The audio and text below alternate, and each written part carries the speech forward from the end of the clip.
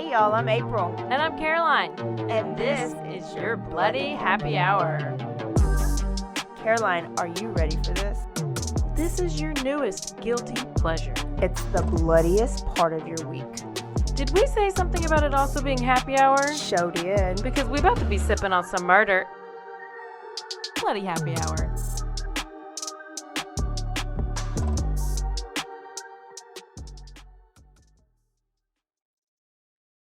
Hey y'all, this is April. And this is Caroline. Thirsty Thursday. Welcome to Bloody Happy Hour. We are drinking on some White Claw. And we have our beautiful cups on the table. If you don't watch us on YouTube, go right now. How dare you? And look at our cups. Shout out to listener Misty McCombs. I feel like I need the black one and you need the white one. No, after you go to that Trump rally, you do not deserve to have anything black, actually. What does the back of this cup say? Stay aware, stay alive, and always be GTF. Y'all, you guys can have these made too. We love them. They're going to officially be our happy hour, Bloody Happy Hour cups. And all you have to do is either one, go to Idle Hands Crafts and More Facebook page, okay? Or you can email Misty at idlehandscrafts, just the letter N, more at gmail.com. And you can have you one made and bring it and drink out of it for our next mixer/live show. If you are not watching us and you want to see what they look like, go to our Bloody Happy Hour Instagram or Twitter or Facebook page because you will see those pictures and they are legit. Or you can watch this not live, but on YouTube. Yeah. Yep. Okay. What else is happening? Anything we need to touch up on or nothing? I guess not. I did swipe right. Okay. And this guy literally looks like a vampire with his eyes. They're beautiful.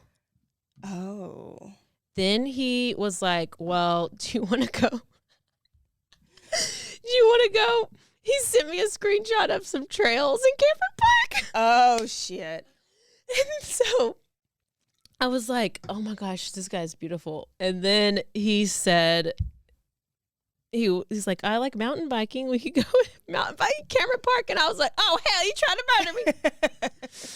And so I sent it to my coworker boss lady, and she was like, I was like, I'm definitely going to be murdered if I go out with this guy. Did you go? I just started talking to him this week. Oh, okay. So by the time you hear this, if I'm still alive, because I think I probably am going to go to the trails. I do know the trails like the back of my hand. I got them all in my head, so I would at least be able to find you. I'm gonna need you to maybe say I'll meet you for coffee when you get off the trails, or a drink. Okay, I'll meet him in a public place, like my house. We just told them 2 weeks ago that you have matured and grown. No, I said that I recognize red flags. It doesn't mean that I will abide by the rules.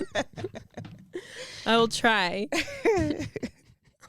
Oh, goodness, y'all. Okay, so I got a story for you guys. If you're drinking, you're definitely going to need to pour you another drink for this episode. If you are not drinking, then you should. What are you doing with your life? Yeah, obviously you're not having any fun. You know, I took a couple weeks off from Texas. Oh, we're back in Texas.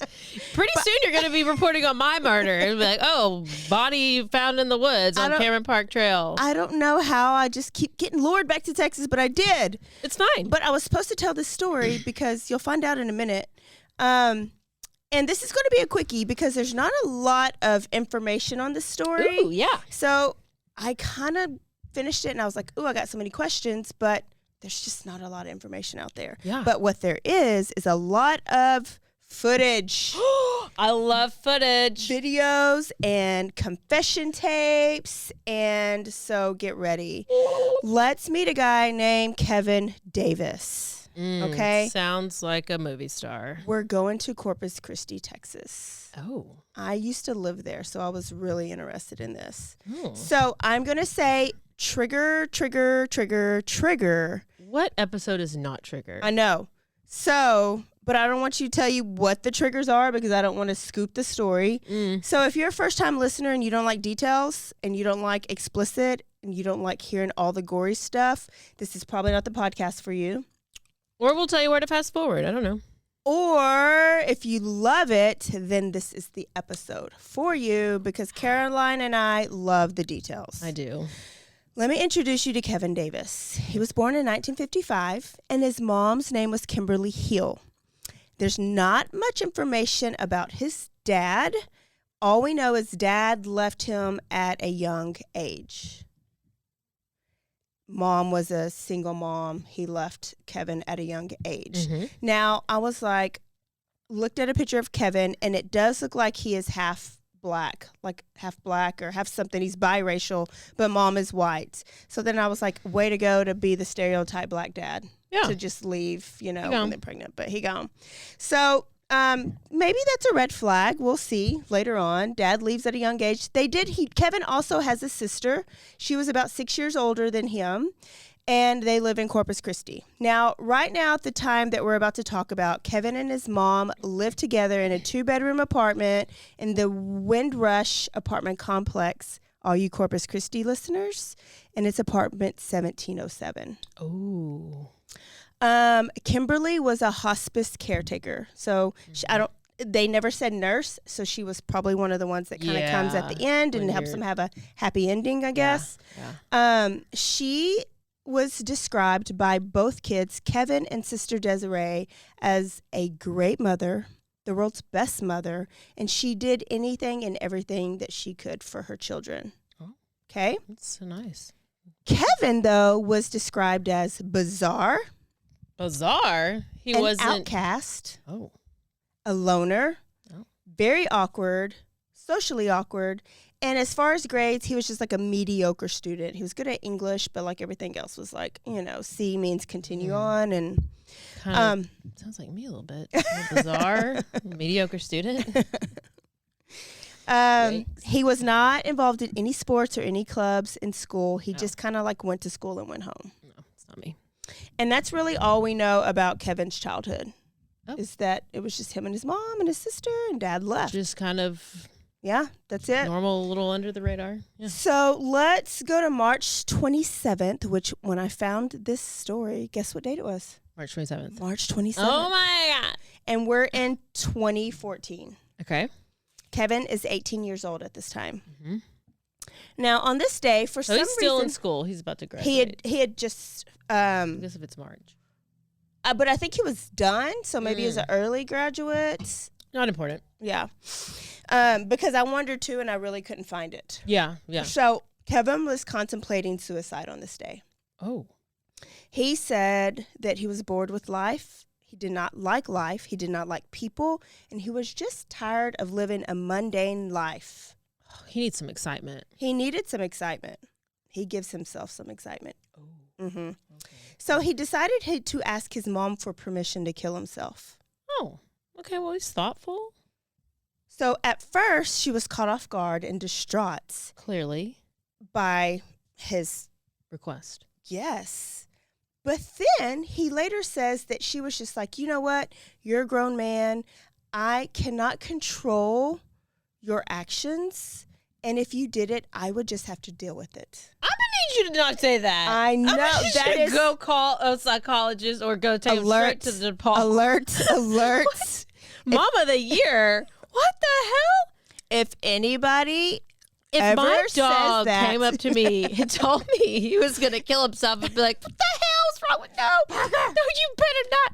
Do not jump off that bridge. Well, and I was like, what? How do you just skim over that and just say? She's like, well, I am kind of sick of him. Now, well, and what we later find out is that he might have had this conversation frequently, so she was probably just like, fucking go do it. Oh, shit. So he wore out, I guess, the suicide conversation. He probably was like, said it so many times, and he's like, she's just like, not, okay, you're really not going to do Let me just call your bluff. So, oh no. Then, after she said, I'll just have to deal with it, like it's your choice, you're a grown man, she called up his sister who lived in another apartment down the road, and she said, Desiree, Kevin's just going to need to come live with you. He just needs to get out of the house. He needs a different change of scenery. Can you come get him here in a little bit? Come get him. So she felt like Kevin needed to get out of the house, needed a change of scenery, because he didn't have a lot of friends. And he never went anywhere. He played video games all day long. Oh, there you go. And he did not even drive. So if he had to go somewhere, he would either have to get a ride or he'd have to ride his bike as an 18-year-old male boy. Now, this phone call to his sister pissed Kevin off because he was like, I just told you I was going to kill myself. And not only did you tell me to basically do it, now you want me to, like, get out of your way. Oh, leave. No. So he later says that his mom would send him to his sisters a lot, and he felt like it was because she was bothered by him. Clear. Yeah. Yeah, she needed a break from him. Oh, no. So How much older is his sister? 6 years older. So she's got her own life. He's 18, and whatever 18 plus 6 is, she's got her own apartment. She's got her own life. Later that evening, he left his house on his bike. And about 9 p.m., he knocked on a random person's door. He asked them to use their phone to call the police. And they were like, why? Because this is 2014. Why don't you have a cell phone? Yeah. He says, I had just murdered someone. Can I please use your phone? Oh, hell no. What do you do? I close the door and I go run inside. I'll say, yeah, I would call. I would say, okay, I Yeah. will call for you, but you're not going to come in. I'm probably not going to give you my phone. Like, it's not going to happen. So Gosh. No. he calls the police, and they show up immediately to where he's at that time. They bring him into the station. It's now like the early morning hours. So it's like the next day. It's the 28th now. And the police arrive at apartment 1707. And when they got there, the place was bloody. Bloody, bloody, bloody. They found Kevin's mom, Kimberly Hill, laying on the floor in her bedroom. She was brutally attacked. They found a hammer next to her body. And there were 3 different notes that were written by Kevin, written and signed by Kevin. Oh, no. Now, one of the notes left in the bedroom where the body was said, "Chase me. Sorry for the mess, KD." Chase me? Yeah. So I took it like he was telling the cops. Even though Chase he me. called? Mm-hmm. What We'll clear that up in a minute. Oh, Lord. Another note was to his sister Desiree. It said, "Keep your head up. Hurry, she might be alive, even though I highly doubt it.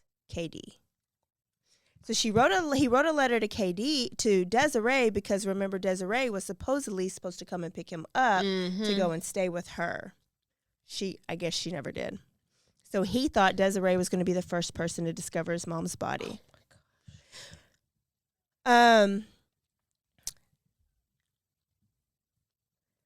He thought Desiree was going to discover his body, but Desiree never showed up. So that's when he left this house on his bike. And when he was riding, he had made it like to the next little town. He had this overwhelming feeling of guilt. He started crying uncontrollably, and that is when he knocked at these people's door. Oh, gosh. So authorities the next day sit down with Kevin in the police department. Kevin is basically like Jeffrey Dahmer, and he gives all the information. Oh, no. He said that at 9 p.m. on March 27th, after he had that conversation with his mom, that he was just worked up and did not like her response. And so he took his video game cord. His mom was sitting on the couch in the living room watching TV. He strangled his mom with his cord, but mom was a big woman. She fought back, and she pulled the cord off, and she started to scream. So Kevin panicked. He ran to her bedroom. So he ran to his mom's bedroom because he knew that she kept a hammer in the drawer in her nightstand. Oh, Lord. Is that normal? So. No, no, I don't do that, and I don't do normal things, so that's not normal. So maybe she just had just repaired something and she just left. No, she kept it there. Kept it there. Maybe she's like not a gun person, so she was like, "I'll just get my hammer." I thought about that. Like, she's a single mom. She lives in this apartment complex. Maybe that was like her way of like that's her. That was weapon. her bat. Or did she know what her son was capable of? Oh, I don't know. That's just when I was like, who has a hammer in their nightstand drawer? Well, maybe your kitchen drawer. You do have a small. Yeah, I don't have it in my nightstand drawer. I think I might put it in there though. Put it there. Send me a picture. A bunch of random shit in there. So that's just where my mind went. He got that hammer. KY jelly. Next to the KY jelly. Ooh, maybe it was used for other things. Uh-huh. He started to hit her in the head with a hammer approximately 20 times. Oh, shit. Then he drug her body into her bedroom. Oh, no. She was still moaning. So he was like, is she playing dead? So he grabbed the hammer again and he hit her several more times until her skull cracked open. Mm-hmm. I mean, I can't. Like a watermelon. Like a watermelon. That's the visual. And did I mention that he's doing his mom this way? Like, this is son doing this to his mom. Well, I mean, we do have Chandler Halderson, and we do have that weird-ass whoever person you talked about last week who lived with all those cats. Yes, Verity. Verity? Was that her name? Yes. Oh, gosh. Now, that wasn't good enough for Mr. Kevin Davis. Oh, he wanted to make sure she was dead. Okay, let me think. Did he take her outside and run her over the car? No. Did he didn't have a gun. Put her in the oven? Well, he did go to the kitchen. Oh. And he got a knife. Ooh. And he grabs this big knife and he sticks it in her opened skull and he mixes her brain matter around like it's spaghetti, porridge, soup. I'm gonna visualize the neighbors sometimes, like on Halloween, you know, where they like have like stick your hand in the brains and it's like a bowl of spaghetti and you're like, and then that's what I think about. And it probably feels like that, or it probably feels like hamburger meat or something. I think I'm gonna go have some spaghetti tonight. Oh, sounds really good, y'all. Hamburger that wasn't helper, enough though. Pastaroni. And if you're a new listener, we have to laugh through this because it is so. Yes, I will constantly make light of everything. So the knife wasn't good enough. He really wanted to make sure she was dead. So he chunked the knife and stuck his hand and decided to. Oh, just kind of.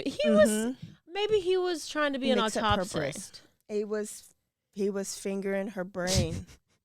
He was trying to be an autopsist. He was like, all 5 fingers. He was fisting. He was fisting her brain. Oh. Was he? But let me ask you this: was he getting off on this, like sexually? Was this like he's about to? Oh, I knew. Because next he removed her clothing and he raped his mom's dead corpse. Where has this story been? I know. This is like all Ed of Kemper 2.0. Except for Ed Kemper just raped his mom's skull. He actually raped his mom's vajayjay. And then he put it in a candle and sold it like Gwyneth Paltrow. Just kidding. That was not real. That was just fake. That was a joke. And now a word from our sponsors.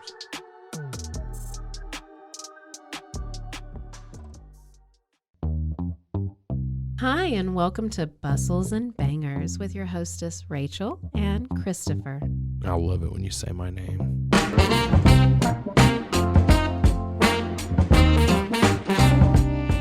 And you didn't say hi. I didn't. You just kept going. I'm going to introduce the book. I'm not reading it. It's because I don't like reading. Girls like cowboy butts, and those jeans don't hide anything. Find us on Instagram at Bustles and Bangers or on RogueMediaNetwork.com. Hola, yo soy Jackie. Y yo soy Jessica. Y esto es Zona del Crimen.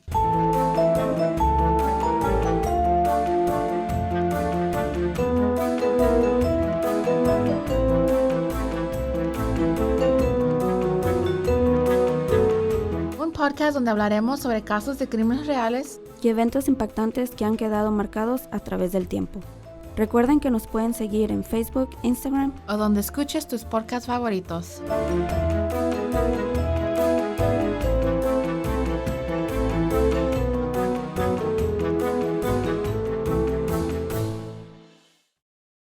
Hey, I'm Blair, And I'm Brittany, and we're the host of By the Cover Podcast. We cover everything from mysteries, thrillers, romance, chick lit, and even some smut. Don't forget the smut. Yeah. We're so excited to get this thing going and share this with you guys. We've been talking about this for months, and it's finally happening. Yes. Special shout out to Rogue Media for helping us with this. For sure. For sure. You can find us on Instagram at bythecover_podcast. You can also find us on Facebook and TikTok, so don't forget to give us a follow on those two also. And we are so excited to dive into some of our favorite books and share those with you. We can't wait. Hope you love it.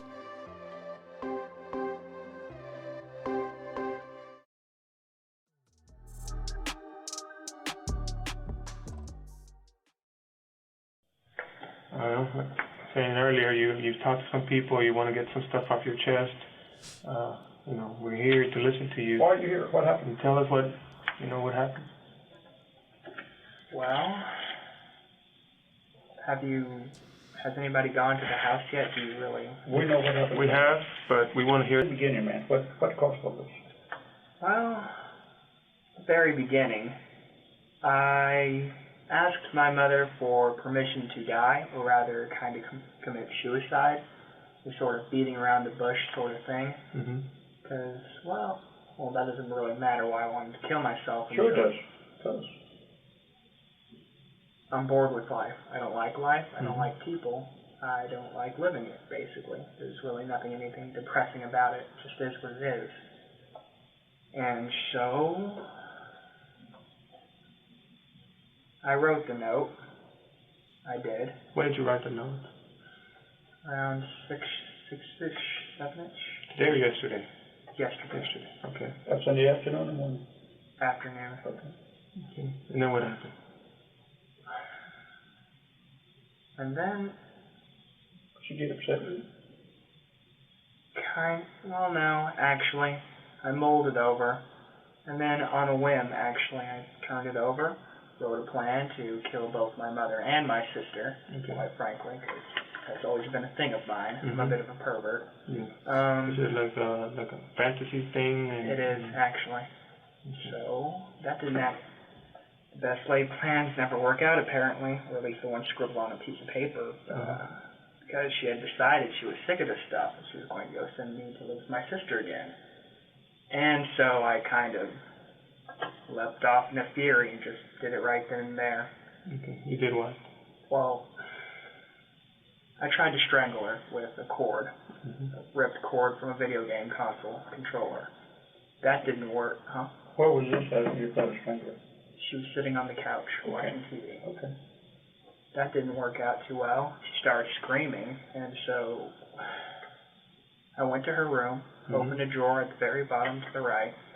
I pulled out a hammer. I went back in the living room, and, well, you kind of get the gist from there. And she was out pretty quickly. Kind of tried to play dead at first, but then I finished it. So you hit her with a hammer when she was sitting in the sofa in the living room? No, first I tried to strangle her, and that didn't work. She grabbed the cord, so I raced back into her room, grabbed the hammer, came back out, and then did it. Okay. How many times did you hit her with a hammer in the living room? At least 20, but then she was still alive. I dragged her into the room, as you probably clearly saw, and then I kind of wormed my hands into her brains to kind of just cut it. She was still snoring. Okay. So she was still alive? She was still alive. And you went in there and you kind of grabbed those brains? Yeah, I just finished it. All right. Did you use a knife on her? Actually, I was going to, but no, I didn't get to do that. Did you? I guess you never got to stab her with a knife. No. It was all with a hammer. It was all with the hammer in my hand. And where did you hit her with the hammer? The head. All in the head area. All in the head, I believe. I may have gotten her hand because she was covering herself. Okay. Is this in the front or the back of the head? Top, back, mainly. No, actually, the entrance wound is around yonder somewhere here. Okay. And then, so when you dragged her to the living room, to the bedroom, you kept on hitting her there? Yeah, I kind of went. That's where that's when you reached in and grabbed her brain? Yeah, I kicked at it a bit. Then I just, that was kind of silly, but then I just decided to reach in and kind of just do it. Mm-hmm. And then what did you do after that? Then I had sex with her corpse. You did? Did you come inside her? I did, actually. Have you ever done that before, like had sex with her? No, I haven't, actually. This was just the first time? Oh, yeah, I lost my virginity to a corpse. Okay. Did you change in the bathroom? Did you? I did. I took a bath before then. My penis really, well, that's a little personal, but yeah, I needed to clean it off, and so, and then I changed, yeah. Okay.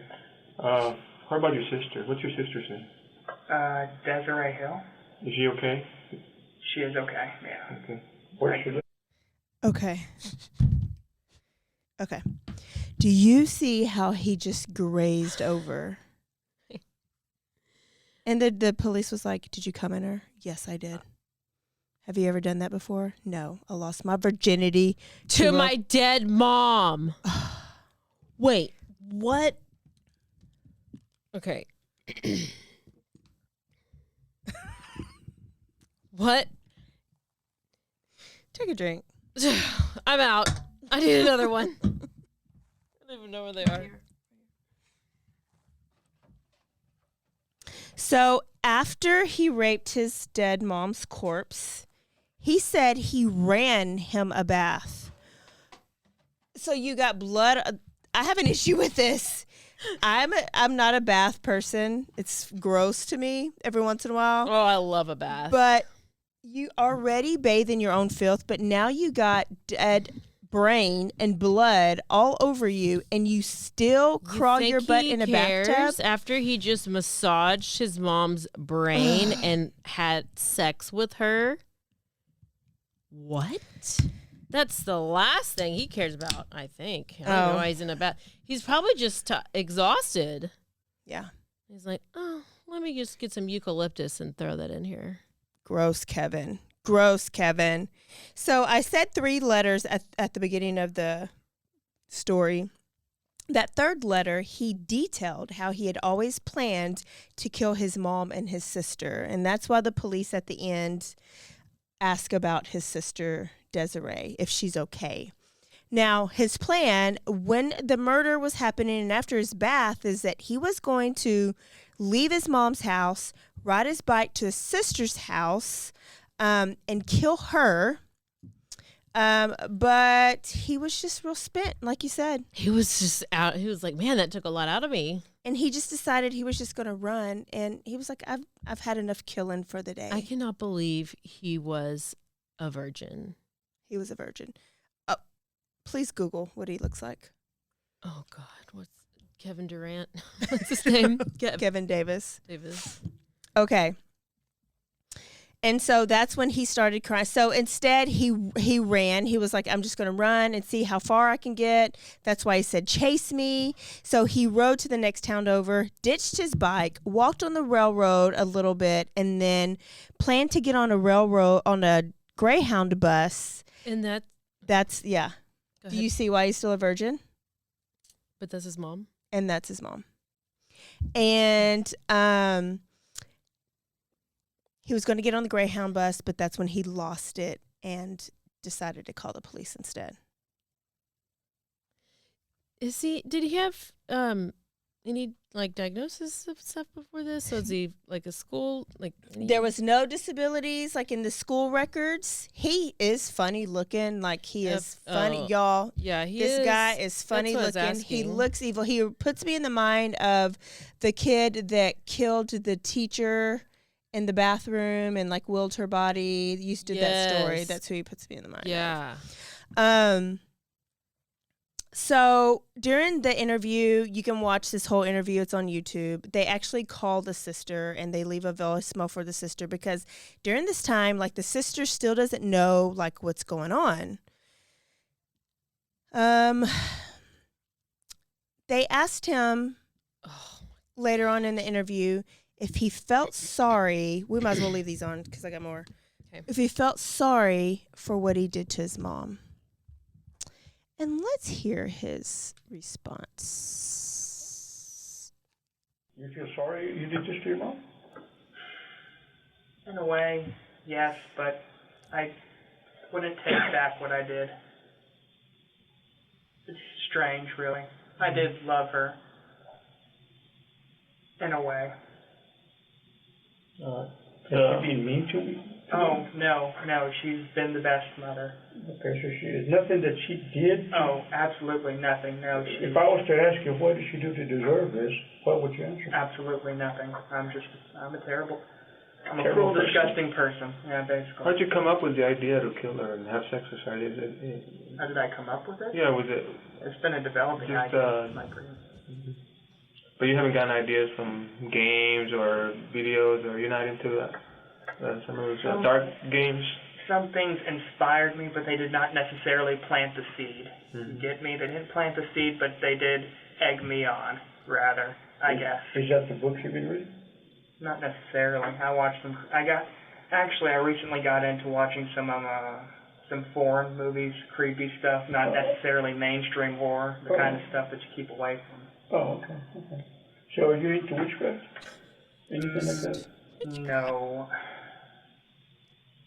Not right. I guess it sounds kind of strange. I'm just interested because it's something unusual and you're here telling us about it and you appear to be a nice guy. You appear to be a good guy. You're not yelling and screaming at us. You seem very rational. You're very rational. You appear to be a good guy. This is what I'm trying to figure out, that's all. Well, despite how I ended her life, I'm kind of more fascinated by the more artistic ways of murder, the meticulous manner, the way they cut them open. You didn't do any of that. Slice them to pieces. I mean, such care, such love. And Where did the hammer come from that you used? from her drawer. Okay. Yes. And then after you killed her, you just left it there, the hammer? I did. Yeah, because you saw a hammer there. So he describes how he would have preferred to kill her because he respects the precision and the artistic way of some people, how they killed. It is, I mean, he just kind of glazes over a lot of things and he talks about it kind of like we talk about it, but we didn't perform the act, right? He goes on to tell them that he is not mentally disturbed at all and that he was sane. He is just a disgusting, gross person, and that he knew what he did and when he was doing it, and he knew it was wrong. And so the police are very good at asking him things because what's this going to happen? It's going to be played in a trial soon, right? So just in case he tries to like say, oh, sorry, I was crazy, they have this footage of him saying otherwise. And during the interview, the whole interview is about 40 minutes long, and I'm just kind of giving you the highlights. They ask him, does he think he will ever kill again? So remember they asked him why he didn't kill his sister. He said he had had enough killing for the day. And so he says, yeah, I'm going to be honest. Since I'm being honest, I'm going to kill again. And he actually had another confession. Oh! Yeah. To keep on, with other fantasies, or how do you feel? I came here to pay for my crime, so I guess I should continue with the truth. Truthfully. Yes, definitely. I would kill again. How about us? You think you want to kill us? Oh, no. Rather, men aren't my thing, actually. Women? Yeah. Okay. Do you have a girlfriend? I don't. I've never had a girlfriend. No. I'll tell you what, give me your fancy of killing a woman. What would your fancy killing would be? Your ace killing, what would that be? This is a little peculiar. I'm on camera. Okay. I'm not surprised at what I'm going to hear, but you tell me. Maybe dressing up in a nice suit, sneaking into her house, disabling her boyfriend. You know, yeah, I'd bring a pretty dress with me to dress her up in. I was always into strangling, but after that last blunder, I guess maybe something big and sharp would be more along my thing. And I could, I don't know, probably decapitate her, as I prefer my women dead. Okay. I would dress her up, I'd stitch her up, kind of try to work the head back on, perhaps. And then I'd go to town, and it would be a night to remember. And then I'd kind of just burn everything and run for the hills. You mentioned that you lost your virginity to a corpse. Yeah. Can you tell us a little bit about that? What happened? Oh, well, just last night, my mother, yeah. Okay, not somebody else. You're talking about your mom. Yes. Okay, so before that you had never had sex?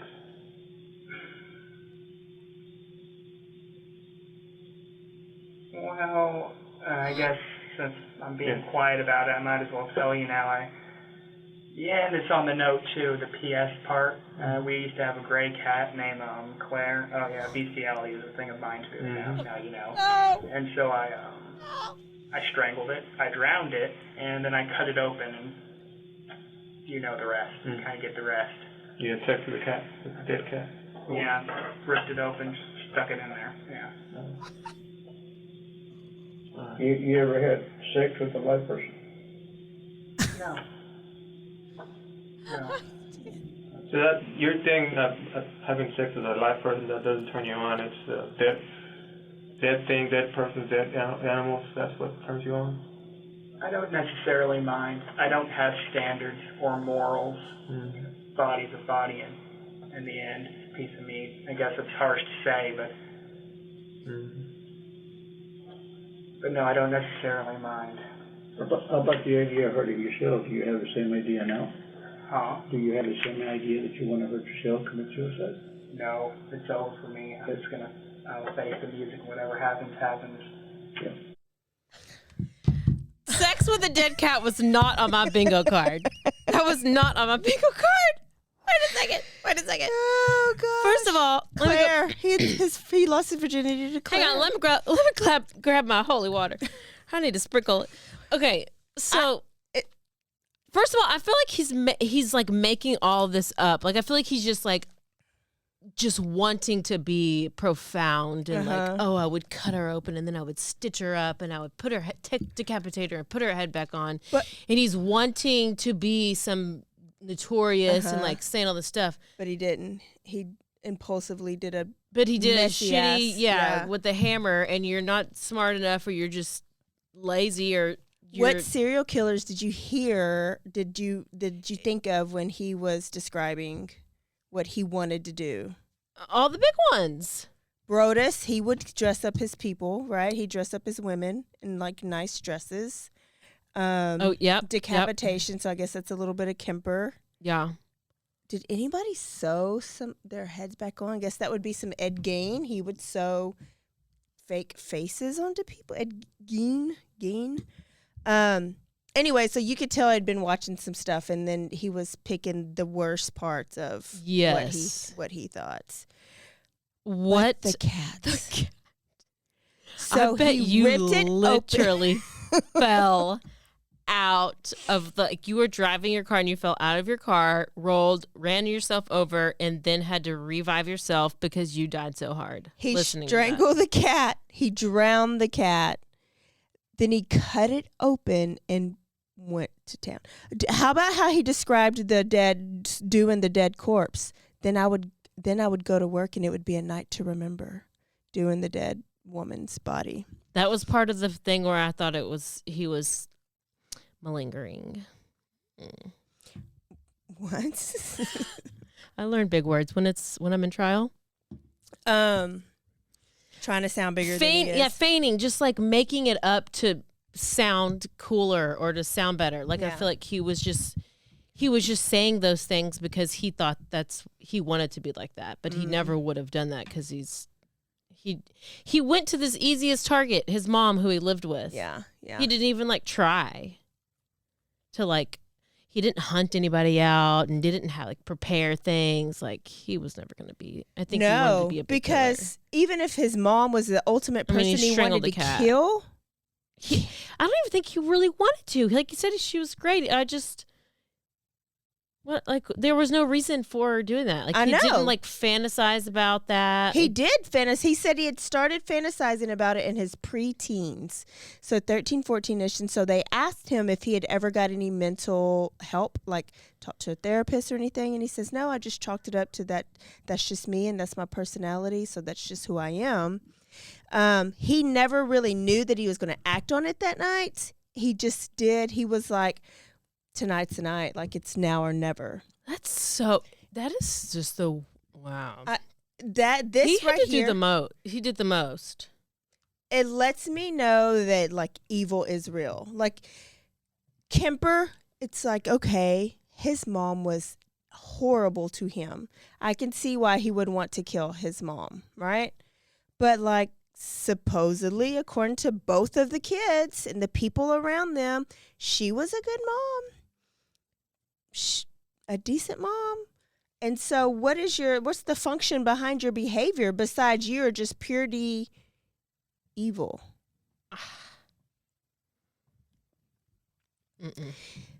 After all of this, he was booked and he was charged with 1 count of non-capital murder. So the death penalty was off the table. So it was just basic murder. So they weren't able to get capital murder out of this. And I don't, like, whatever our Texas rules are for capital murder, this murder did not fall into that criteria. What? So he was okay. I don't understand that. Sentenced to life in prison, but he is eligible for parole in 2044. Why? He would be, because he's so young. And so I heard one podcast or one news reporter that said that because he was so young, he had just turned 18, that if they had given him the death penalty at that young of an age, they would worry about it being overturned later on. So they were safe with giving him life. He would be 48 years of age before he's eligible for parole in 2044. That's great. He says he's going to kill again, so let's go ahead and make him eligible for parole. Hopefully at parole, we can go and be like, no. Yeah, or hopefully at least his sister is. And this is what's crazy about this story is that the sister has never done an interview. She's like never wrote a book. She's never... nothing. Like, she hasn't come out and said, yeah, we always knew, or I'm so shocked he was the sweetest kid. She just like been silent all this time. So we have, and I don't know what she's scared of. I would probably want to forget it too. One, your brother was going to come and kill and rape you. He did that to your mom. So I have to think, were they kind of ugly to them? Because you see a lot of happy pictures with the sister and the mom. And so was he the outcast? He didn't have a dad. He didn't have friends. Loneliness does a lot to somebody. So did that loneliness push him to that point? But I'm not blaming anybody. It just makes me wonder, like, just have a dark that's why soul. we don't have just any. A dark soul. He is scary. Like, not many stories do I just like stop and walk away. He doesn't seem to have any like empathy. I mean, zero for sure. But he just seemed to just, oh, this happened and this is what I did. And then, oh, yeah, I fucked the cat. And then I did this. And like, oh, I killed this and I strangled this. I prefer my women dead. I prefer them dead. I want to cut their head off, set back on. Like, okay. But there's nothing that we can draw. Everybody else we've been able to like trace back to their childhood and say, okay, this might explain it. We no don't porn, know enough. No sexual assault. No sexual assault. He had an abandoned dad. His dad abandoned him. Well, I mean, that's you gotta just deal with that. You're not murdering your. He is funny looking. Yeah, I think he probably had some unaddressed issues. Undiagnosed. Yeah, something. undiagnosed. But go to our page and check out what Mr. Kevin Davis looks at. Kevin Jezreel Davis. So you know I had to Google. Jezreel. You know I had to Google Kevin Davis Sr. or Jezreel Davis Sr. just to see if I could find the dad, because the dad supposedly in the video they asked about his dad and they said, I think my dad's in Fort Worth somewhere. I don't know. He's an idiot. So Mr. Kevin Davis's dad, if you're out there, will you please contact Bloody Happy Hour podcast? I'd love to interview you. Do you have any other kids? Do you have any other kids? Do you have a current wife? Because you might want to watch out whenever your son gets released from jail. In 2044. He can live a full life at 48 years of age. Yep. If they let him out. Oh, Lord. I hope they don't let that kid out. There you go. There you go. There you go. Wow. Done. What a story. Done. I was not expecting that. I know. I don't know. Twisty twist. I don't know where that story's been my whole life. Wow. There it is. Okay, y'all. That is it. If you love this episode, send it to somebody that you know and love, or somebody that you want to gross out. Yeah. You know, either one. Yeah.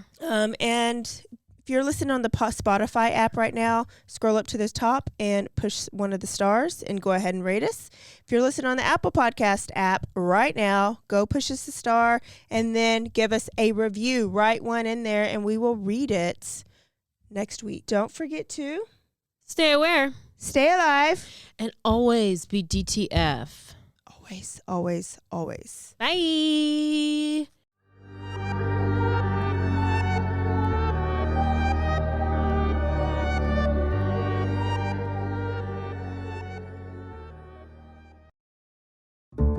This has been a Rogue Media Network production.